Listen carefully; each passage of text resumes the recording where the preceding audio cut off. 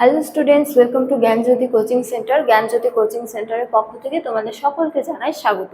তো স্টুডেন্টস, আজকে আমি যে বিষয় নিয়ে পুনরায় তোমাদের সামনে চলে এসেছি সেটি তোমাদের ফার্স্ট সেমিস্টার মেজর হিস্ট্রির ফার্স্ট ইউনিটের একটি টপিক। তো আলোচনা শুরু করার পূর্বে তোমাদের একটা ছোট্ট ইনফরমেশন দিয়ে রাখি যে তোমরা এখনও যারা আমাদের সাথে যুক্ত হওনি কিংবা যুক্ত হতে চাইছো তারা কিন্তু কর্নারের এই দুটো নাম্বারের মধ্যে যে কোনো একটিতে যোগাযোগ করে আমাদের সাথে যুক্ত হতে পারো।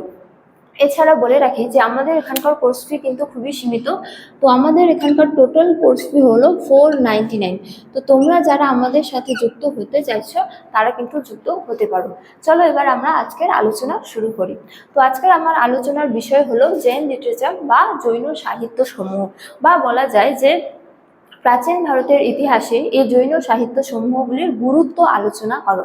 তো বলা যায় যে প্রাচীন ভারতের ইতিহাস রচনার এক অন্যতম গুরুত্বপূর্ণ উপাদান হলো জৈন সাহিত্য সমূহ।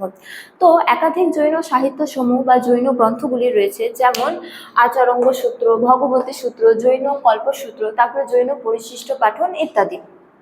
তো এবার আমরা আলোচনা করব এই সাহিত্য সমূহের ঐতিহাসিক গুরুত্ব নিয়ে, অর্থাৎ এই সাহিত্যগুলি থেকে আমরা প্রাচীন ভারতের কি কি বিষয় সম্পর্কে জানতে পারি।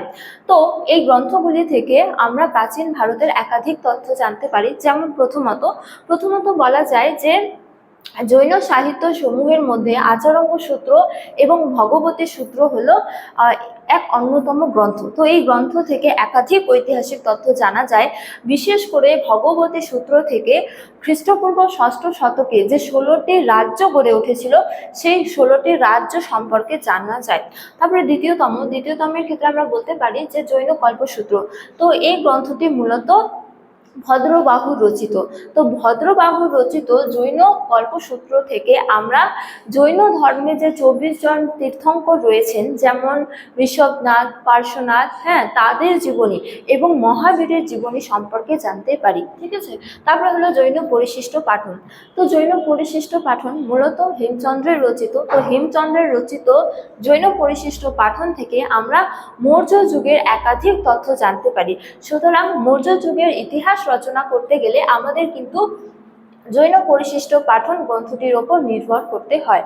তো স্টুডেন্টস, এই ছিল আজকের আমার আলোচনার বিষয়। তোমাদের ভালো লাগলে অবশ্যই লাইক করো এবং বন্ধুদের সঙ্গে শেয়ার করো এবং আমাকে কমেন্ট করে জানিও তোমাদের ভিডিওটি কেমন লেগেছে। তো তোমাদের সাথে দেখা হবে অন্য এক ভিডিওতে অন্য এক টপিক নিয়ে। ততক্ষণ ভালো থাকো, সুস্থ থাকো। Thank you.